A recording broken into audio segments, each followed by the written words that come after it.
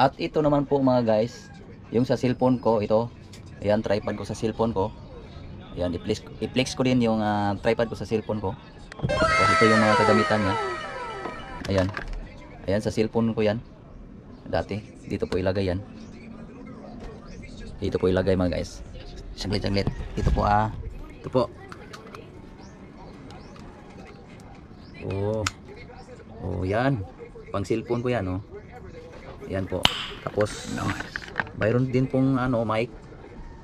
Mic sa cellphone ko, yan. Ito po, yung mic sa cellphone.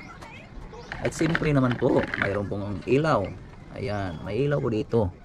Oh. Ang ilaw sa pag vlog ko.